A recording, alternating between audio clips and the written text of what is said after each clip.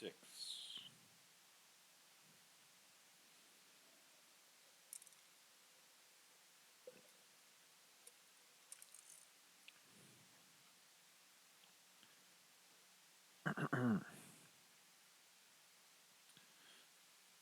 That night, there was a storm, and I woke up to hear the rain lashing the window panes.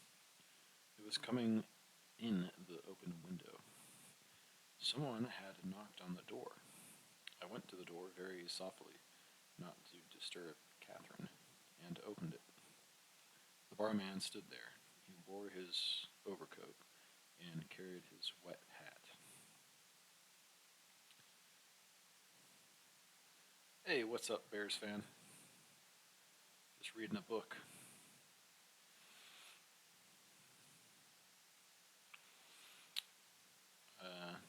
Barman stood there. He wore his overcoat and carried his wet hat. Can I speak to you, Tenente? What's the matter? It's a very serious matter. I looked around. The room was dark.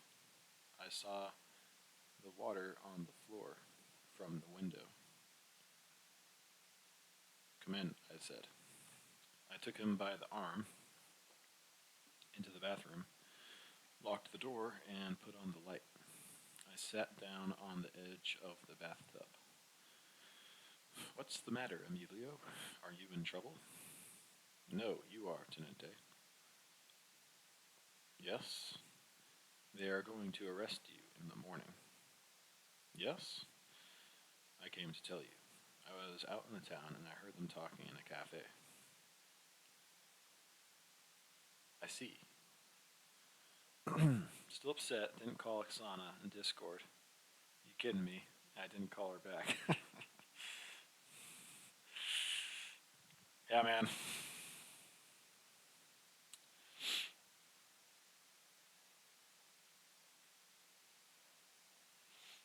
You know, she's lucky that you're lucky that you get calls from her at all. She doesn't call me.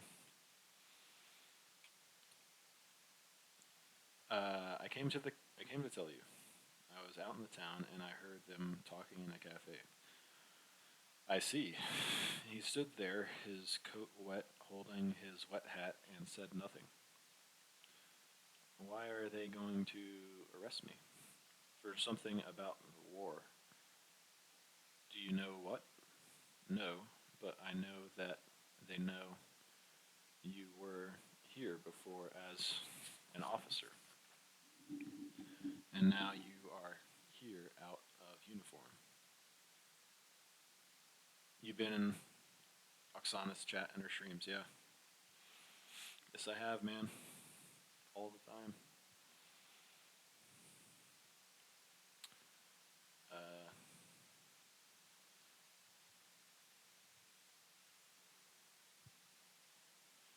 do you know about what? No, but I know that they know you were here before as an officer, and now you are here out of uniform. After this retreat, they arrest everybody. I thought a minute. What time do they come to arrest me? In the morning, I don't know the time. What do you say to do? He put his hat in the wash bowl. It was very wet and had been dripping on the floor. If you have nothing to fear, an arrest is nothing, but it's always bad to be arrested, especially now. I don't want to be arrested. Then go to Switzerland. How? In my boat. There is a storm, I said. The storm is over. It is rough, but you will be all right. When should we go? Right away. They might come to arrest you early in the morning. What about our bags? Get them packed. Get your lady dressed. I will take care of them. Where will you be? I will wait here. I don't want anyone to see me outside in the hall. I opened the door. closed it, and went into the bedroom. Catherine was awake. "What is it, darling?" "It's all right, Cat," I said. "Would you like to get dressed right away and go on a boat to Switzerland?" "Would you?" "No," I said. "I'd like to go back to bed." "What is it about?" "The barman says they are going to arrest me in the morning." "Is the barman crazy?" "No."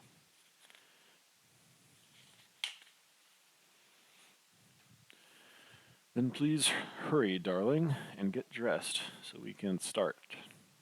She sat up on the side of the bed. She was still sleepy. "Is that the barman in the bathroom?" "Yes." "Then I won't wash. Please look the other way, darling, and I'll be dressed in just a minute." I saw her white back as she took off her nightgown, and then I looked away because she wanted me to. She was beginning to be a little big with the child, and she did not want me to see her. I dressed hearing the rain on the windows. I did not have much to put in my bag. "There's plenty of room in my bag, Cat, if you need any." "I'm almost packed," she said. "Darling, I'm awfully stupid, but why is the barman in the bathroom?" "Shh, he's waiting to take our bags down."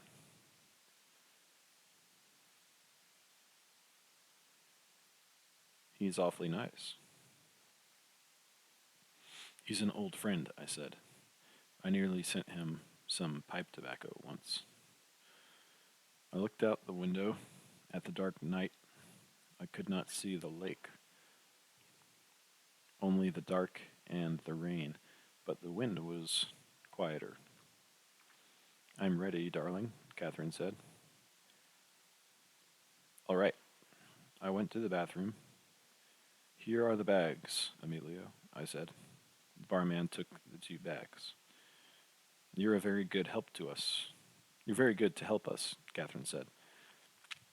"That's nothing, lady," the barman said. "I'm glad to help you, just so I don't get in trouble myself." "Listen," he said to me. "I'll take these out the servants' stairs into the boat. You just go out as though you were going for a walk."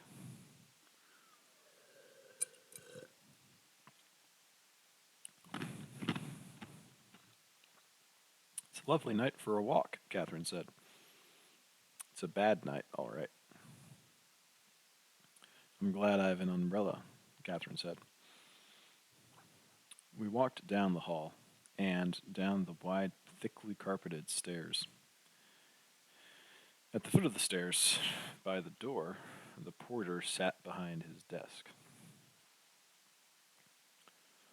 He looked surprised at seeing us.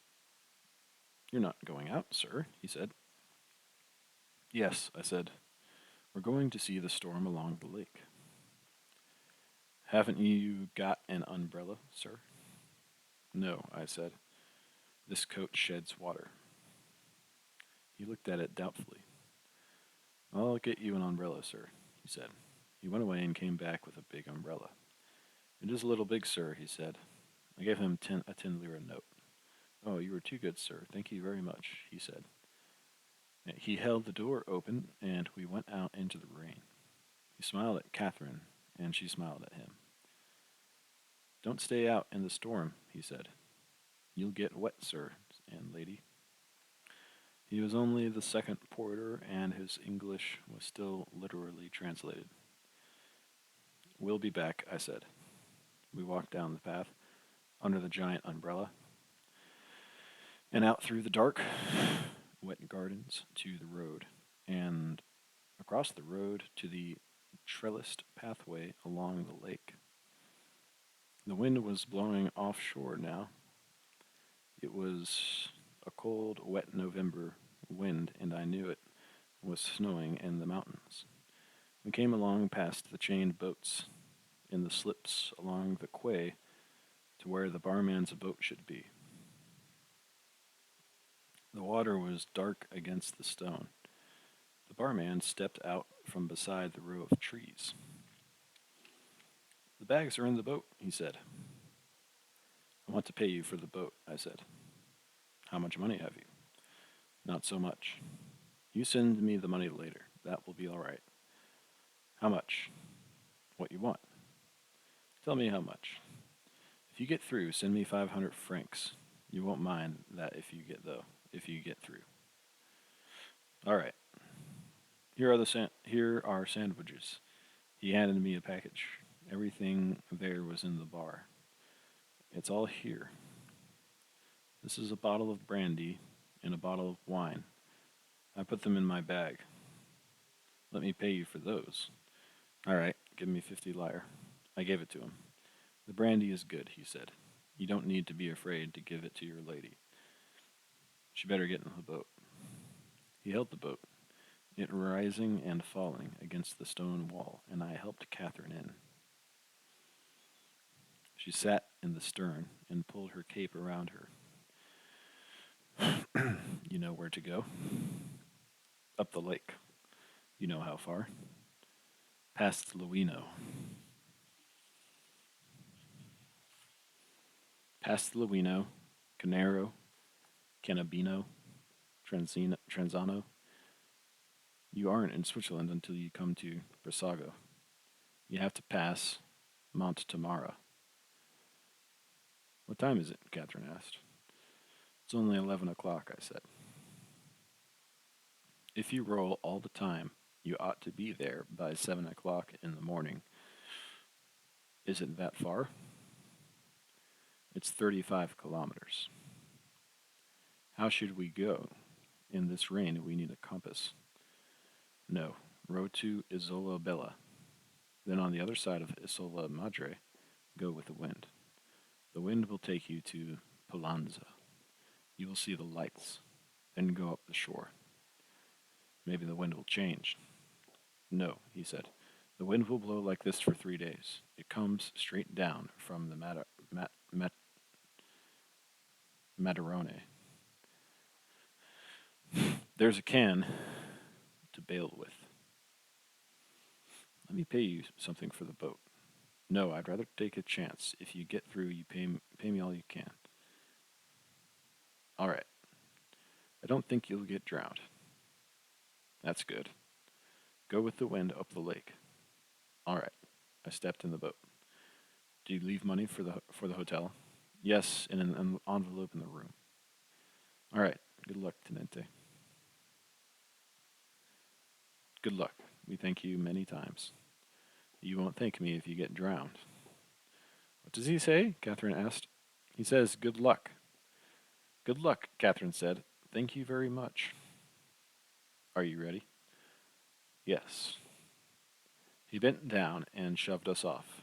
I dug at the water with the oars, then waved one hand. The barman waved back deprecatingly. I saw the lights of the hotel and rowing straight out until they were out of sight. There was quite a sea running, but we were going with the wind.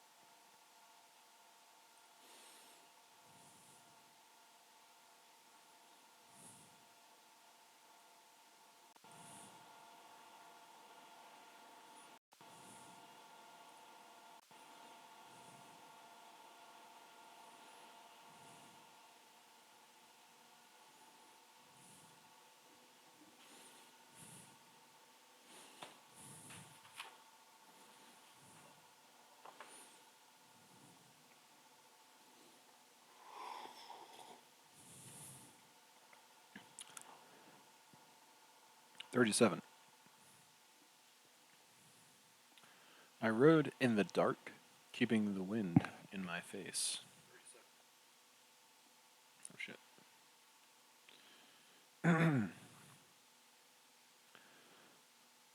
The rain had stopped and only came occasionally in gusts. It was very dark, and the wind was cold. I could see Catherine in the stern, but I could not see the waters where the blades of the oars dipped. The oars were long, and there were no leathers to keep them from slipping out. I pulled, raised, leaned forward, found the water, dipped and pulled, rowing as easily as I could. I did not feather the oars because the wind was with us. I knew my hands would blister, and I wanted to delay it as long as I could. The boat was light and rowed easily. I pulled it along in the dark water. I could not see, and hoped we would soon come out opposite Palanza. We never saw Palanza. The wind was blowing up the lake, and we passed the point that hides Palanza in the dark and never saw the lights. When we finally saw some lights much further up the lake and close to the shore, it was Intra.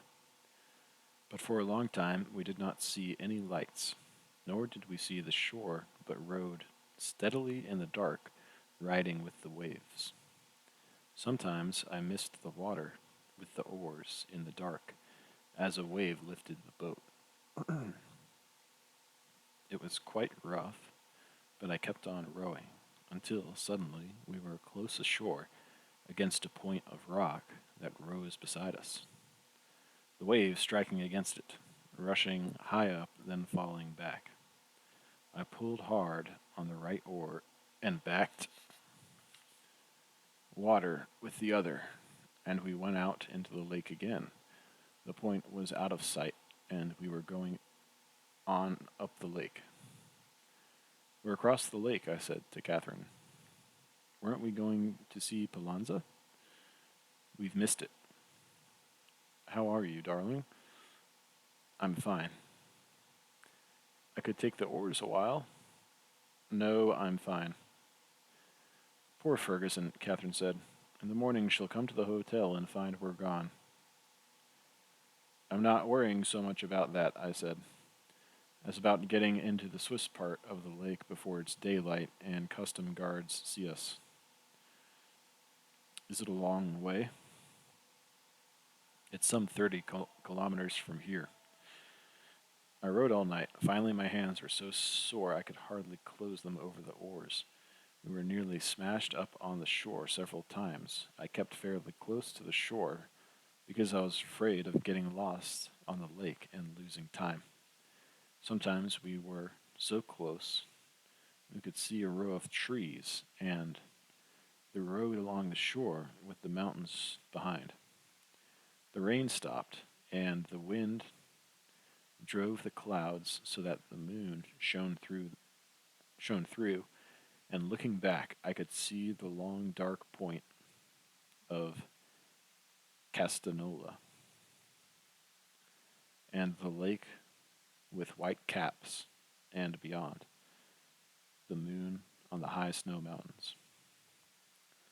Then the clouds came over the moon again, and the mountains and the lake were gone. But it was much lighter than it had been before, and we could see the shore. I could see it, too, clearly, and pulled out where they would not see the boat if there were custom guards along the Palanza road. When the moon came out again, we could see white villas on the shore on the slopes of the mountain, and the white road where it showed through the trees. All the time I was rowing. The lake widened, and across it on the shore at the foot of the mountains on the other side, we saw a few lights that should be Luino. I saw a wedge like gap between the mountains on the other shore, and I thought that must be Luino. If it was, we were making good time. I pulled in the oars and lay back on the seat. I was very, very tired of rowing. My arms and shoulders and back ached, and my hands were sore.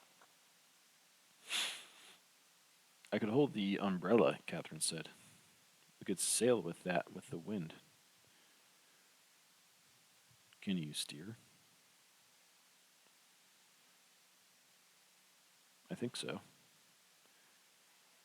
You take this oar and hold it under your arm close to the side of the boat and steer, and I'll hold the umbrella. I went back to the stern and showed her how to hold the oar. I took the big umbrella the porter had given me and sat facing the bow and opened it. It opened with a clap. I held it on both sides, sitting astride the handle hooked over the seat. The wind was full in it, and I felt the boat suck forward while I held it as hard as I could to the two edges. It pulled hard. The boat was moving fast. We're going beautifully, Catherine said. All I could see was umbrella ribs. The umbrella strained and pulled, and I felt us driving along with it. I braced my feet and held back on it. Then suddenly it buckled. I felt a rib snap on my forehead. I tried to grab the top that was bending with the wind, and the whole thing buckled and went inside out, and I was astride the handle of an inside-out ripped umbrella, where I had been holding a wind-filled pulling sail. I unhooked the handle from the seat, laid the umbrella in the bow, and went back to Catherine for the oar. She was laughing. She took my hand and kept on laughing. What's the matter? I took the oar. You looked so funny holding that thing. I suppose so. Don't be cross, darling. It was awfully funny. You looked about 20 feet broad and very affectionate holding the umbrella by the edges. She choked. I'll row. Take a rest and a drink. It's a grand night, and we've come a long way. I have to keep the boat out of the trough of the waves. I'll get you a drink, then rest a little while, darling. I held the oars up, and we sailed with them. Catherine was opening the bag. She handed me the brandy bottle. I pulled the cork with my pocket knife and took a long drink. It was smooth and hot, and the heat went all through me, and I felt warmed and cheerful. It's lovely brandy, I said. The moon was under again, but I could see the shore. There seemed to be another point going out a long way ahead into the lake. Are you warm enough, Cat? I am splendid. I'm a little stiff. Bail out the water and you can put your feet down. Then I rowed and listened to the oarlocks and the dip and scrape of the bailing tin under the stern seat. Would you give me the bailer? I said. I want a drink. It's awfully dirty. That's all right. I'll rinse it. I heard Catherine rinsing it over the side. Then she handed it to me dipped full of water. I was thirsty after the brandy, and the water was icy cold. So cold it made my teeth ache. I looked toward the shore. We were closer to the long point. There were lights in the bay ahead. Thanks, I said, and handed back the tin pail. You're ever so welcome, Catherine said. There's much more if you want it. Don't you want to eat something? No, I'll be hungry in a little while. We'll save it till then. All right. What looked like a point ahead was a long, high headland. I went further out in the lake to pass it. The lake was much narrower now. The moon was out again, and the Guardia di Finanza could have seen our boat black on the water if they had been watching. How are you, Cat? I asked. I'm all right. Where are we? I don't think we have more than about 8 miles more. It's a long way to row, you poor sweet. Aren't you dead? No, I'm all right. My hands are sore, is all. We went on up the lake. There was a break in the mountains on the right bank, a flattening out of the low shoreline that I thought must be Cannobio. I stayed a long way out because it was from now on that we ran the most danger of meeting Guardia. There was a high dome-capped mountain on the other shore away ahead. I was tired. It was no great distance to row, but when you were out of condition,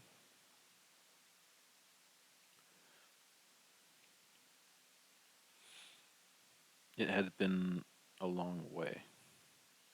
I knew I had to pass that mountain and go up the lake at least 5 miles further before we would be in Swiss water. The moon was almost down now, but before it went down, the sky clouded over again and was very dark. I stayed well out in the lake, rowing a while, then resting and holding the oars so that the wind struck the blades. Let me row a while, Catherine said. I don't think you ought to. Nonsense. It would be good for me. It would keep me from being too stiff. I don't think you should, Cat. Nonsense. Rowing in moderation is very good for the pregnant lady. All right, you row a little moderately. I'll go back. Then you come up. Hold on to the both gun walls when you come up. I sat in the stern with my coat on and the collar turned up and watched Catherine row. She rowed very well, but the oars were too long and bothered her. I opened the bag and ate a couple of sandwiches and took a drink of the brandy. It made everything much better, and I took another drink. Tell me when you're tired, I said. Then a little later, watch out, the oar doesn't pop you in the tummy. If it did, Catherine said between strokes, life might be much simpler. I took another drink of the brandy.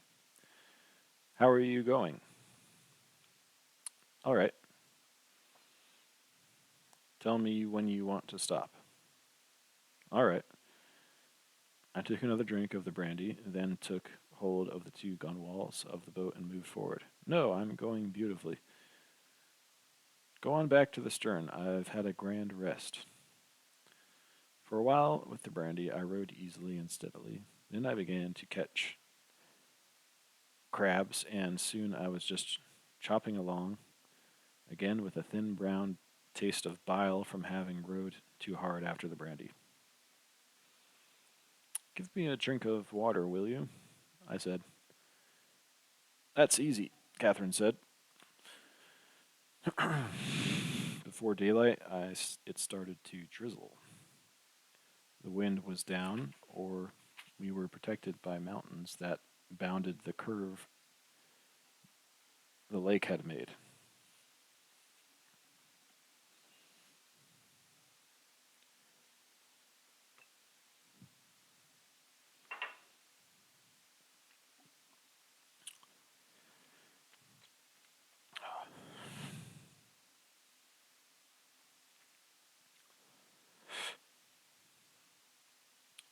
when I knew daylight was coming, I settled down and rowed hard. I did not know where we were, and I wanted to get into the Swiss part of the lake. When it was beginning to be daylight, we were quite close to the shore. I could see the rocky shore and the trees. "What's that?" Catherine said. I rested on the oars and listened.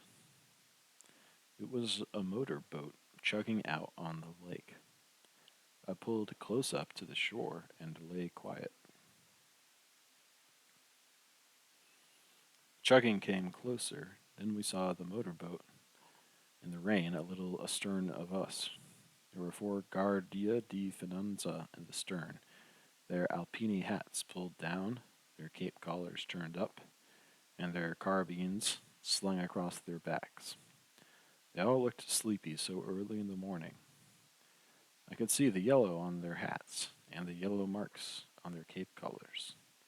The motorboat chugged on and out of sight in the rain. I pulled out into the lake. If we were that close to the border, I did not want to be hailed by a sentry along the road. I stayed out where I could just see the shore and rowed on for 3/4 of an hour in the rain.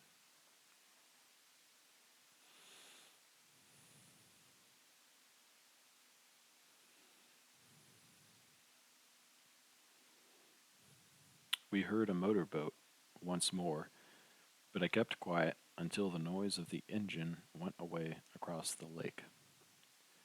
"I think we're in Switzerland, Cat," I said. "Really? There's no way to know until we see Swiss troops. Or the Swiss Navy. The Swiss Navy is no joke for us. That last motorboat we heard was probably the Swiss Navy. If we're in Switzerland, let's have a big breakfast. They have wonderful rolls and butter and jam in Switzerland." It was clear daylight now, and a fine rain was falling. The wind was still blowing outside up the lake, and we could see the tops of the white caps going away from us and up the lake. I was sure we were in Switzerland now. There were many houses back in the trees from the shore, and up the shore away was a village with stone houses, some villas on the hills, and a church. I had been looking at the road that skirted the shore for guards, but did not see any. The road came quite close to the lake now, and I saw a soldier coming out of a cafe on the road. He wore a gray-green uniform and a helmet like the Germans. He had a healthy-looking face and a little toothbrush mustache. He looked at us. "Wave to him," I said to Catherine. She waved, and the soldier smiled embarrassingly and gave a wave of his hand. I eased up rowing. We were passing the waterfront of the village. "We must be well inside the border," I said. "We want to be sure, darling. We don't want them to turn us back at the frontier." "The frontier is the long way back. I think this is the customs town. I'm pretty sure it's Brissago." "Won't there be Italians there?" "There are always both sides at a customs town." "Not in a wartime. I don't think they let Italians cross the frontier." It was a nice-looking little town. There were many fishing boats along the quay, and nets were spread on racks. There was a fine November rain falling, but it looked cheerful and clean even with the rain. Should we land then and have breakfast?" "All right." I pulled hard on the left oar and came in close, then straightened out when we were close to the quay and brought the boat alongside. I pulled in the oars, took hold of an iron ring, stepped up on the wet stone and was in Switzerland. I tied the boat and held my hand down to Catherine. Come on up, Cat. It's a grand feeling. What about the bags? Leave them in the boat. Catherine stepped up, and we were in Switzerland together. What a lovely country, she said. Isn't it grand? Let's go and have breakfast. Isn't it a grand country? I love the way it feels under my shoes. I'm so stiff I can't feel it very well, but it feels like a splendid country. Darling, do you realize we're here and out of that bloody place? I do. I really do. I've never realized anything before. Look at the houses. Isn't this a fine square? There's a place where we can get breakfast. Isn't the rain fine? They never had rain like this in Italy. It's cheerful rain. And we're here, darling. Do you realize we're here? We went inside the cafe and sat down at a clean wooden table. We were cockeyed excited. A splendid, clean looking woman with an apron came and asked us what we wanted. Rolls and jam and coffee, Catherine said. I'm sorry, we haven't any rolls in wartime. Bread, then. I can make you some toast. All right. I want some eggs, fried, too. How many eggs for the gentleman? 3. Take 4, darling. 4 eggs. The woman went away. I kissed Catherine and held her hand very tight. We looked at each other and at the cafe. Darling, darling, isn't it lovely? It's grand, I said. I don't mind there not being rolls, Catherine said. I thought about them all night, but I don't mind it. I don't mind it at all. I suppose pretty soon they will arrest us. Never mind, darling. We'll have breakfast first. You won't mind being arrested after breakfast. And then there's nothing they can do to us. We're British and American citizens in good standing. You have a passport, haven't you? Of course. Oh, let's not talk about it. Let's be happy. I couldn't be any happier, I said. A fat gray cat with a tail that lifted like a plume crossed the floor to our table and curved against my leg to purr each time she rubbed me. I reached down and stroked her. Catherine smiled at me very happily. Here comes the coffee, she said. They arrested us after breakfast. We took a little walk through the village, then went down to the quay to get our bags. A soldier was standing guard over the boat. Is this your boat? Yes. Where do you come from? Up the lake. Then I have to ask you to come with me. How about the bags? You can carry the bags. I carried the bags, and Catherine walked beside me, and the soldier walked along behind us to the old custom house. In the custom house, a lieutenant, very thin and military, questioned us. What nationality are you? American and British. Let me see your passports. I gave him mine, and Catherine got hers out of her handbag. He examined them for a long time. Why do you enter Switzerland? This way, in a boat. I am a sportsman, I said. Rowing is my great sport. I always row when I get a chance. Why do you come here? For the winter sport. We are tourists, and we want to do the winter sport. This is no place for winter sport. We know it. We want to go where they have the winter sport. What have you been doing in Italy? I have been studying architecture. My cousin has been studying art. Why do you leave there? We want to do the winter sport. With the war going on, you cannot study architecture. You will please stay where you are, the lieutenant said. He went back into the building with our passports. You're splendid, darling, Catherine said. Keep on the same track. You want to do the winter sport. Do you know anything about art? Rubens, said Catherine. Large and fat, I said. Titian, Catherine said. Titian-haired, I said. How about Mantegna?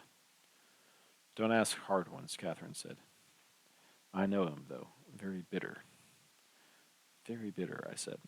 Lots of nail holes. You see, I'll make you a fine wife, Catherine said.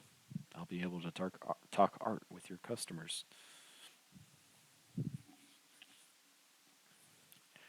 Here he comes, I said. The thin lieutenant came down the length of the custom house, holding our passports.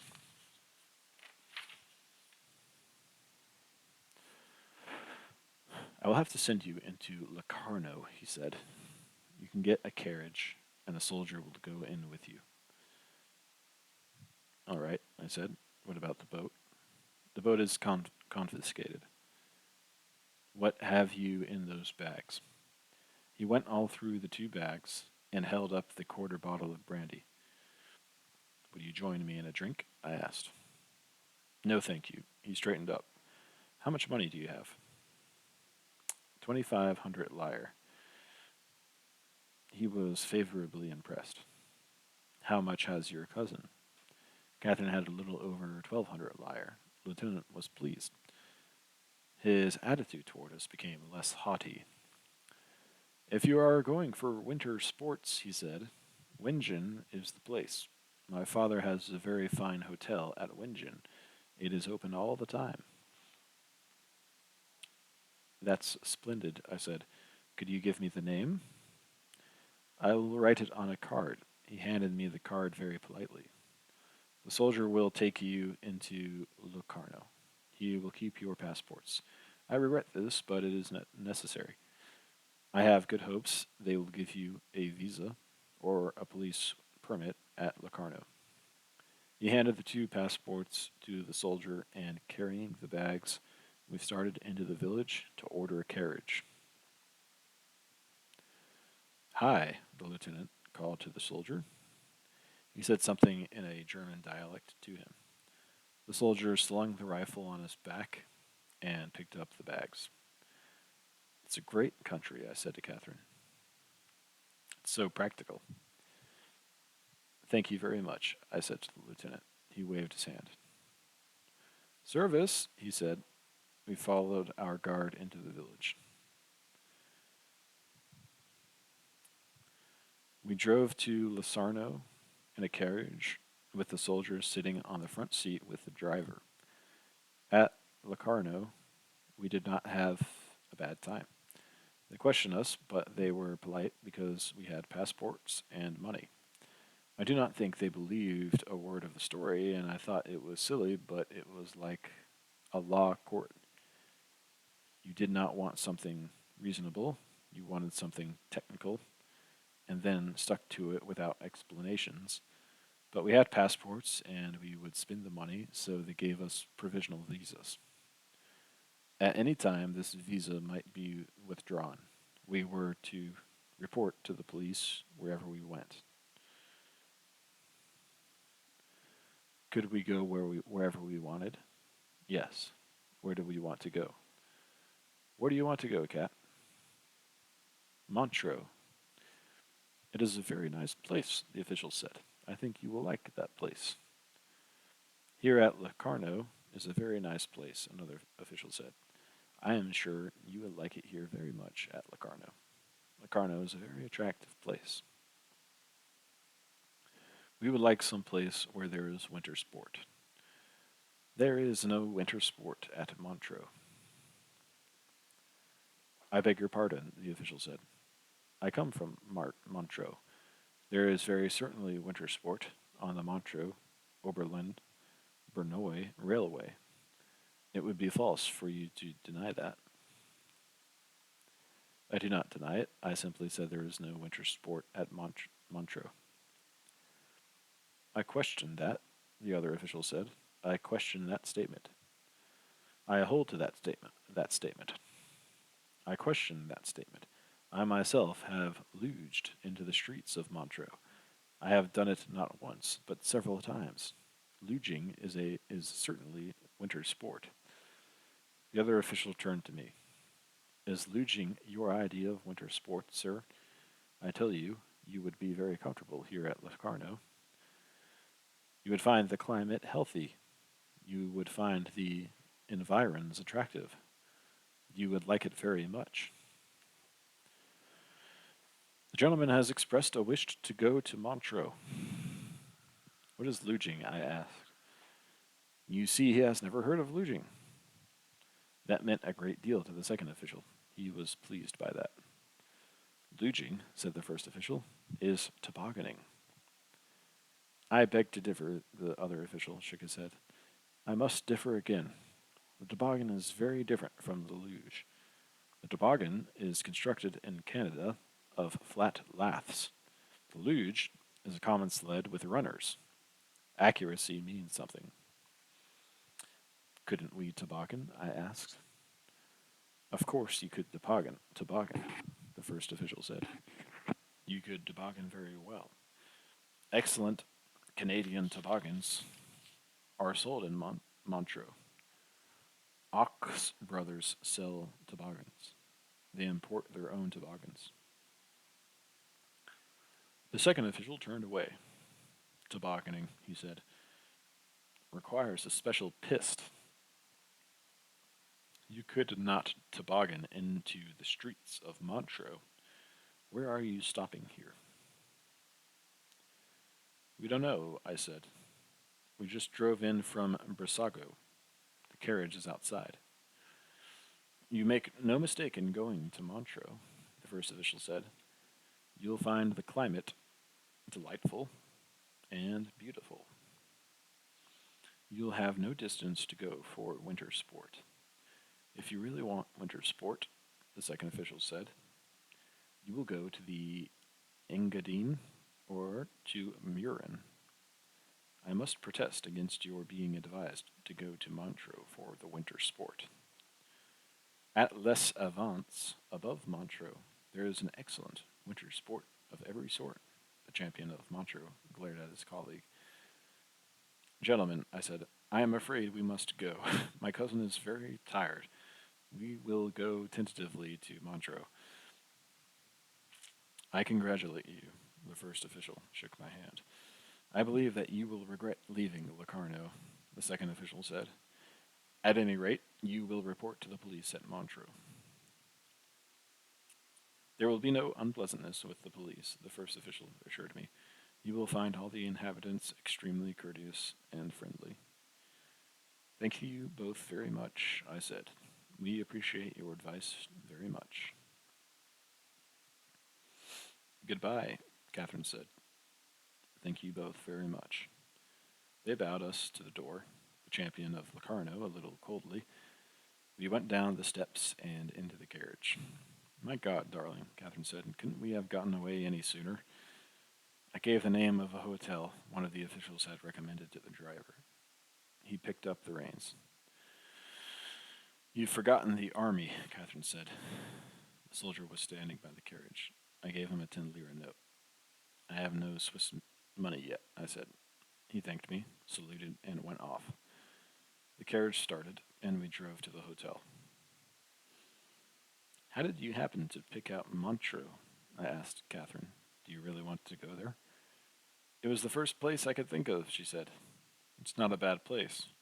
We can find some place up in the mountains. Are you sleepy? I'm asleep right now. We'll get a good sleep. Poor cat, you had a long, bad night. I had a lovely time, Catherine said, especially when you sailed with the umbrella. Can you realize where in Switzerland? No. I'm afraid I'll wake up and it won't be true. I am too. It is true, isn't it, darling? I'm not just driving down to the Stazione in Milan to see you off. I hope not. Don't say that. It frightens me. Maybe that's where we're going. I'm so groggy I don't know, I said. Let me see your hands. I put them out. They were both blistered raw. There's no hole in my side, I said. Don't be sacrilegious. I felt very tired and vague in the head. The exhilaration was all gone. The carriage was going along the street. Poor hands, Catherine said. Don't touch them, I said. By God, I don't know where we are. Where are we going, driver? The driver stopped his horse. To the Hotel Metropole. Don't you want to go there? Yes, I said. It's all right, Cat. It's all right, darling. Don't be upset. We'll get a good sleep, and you won't feel groggy tomorrow. I get pretty groggy, I said. It's like a comic opera today. Maybe I'm hungry. You're just tired, darling. You'll be fine. The carriage pulled up before the hotel. Someone came out to take our bags. I feel all right, I said. We were down on the pavement going into the hotel. I know you will be all right. You're just tired. You've been up a long time.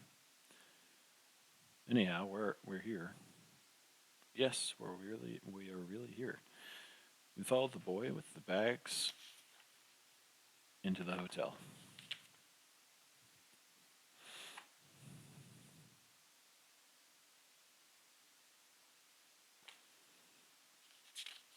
End of book 4.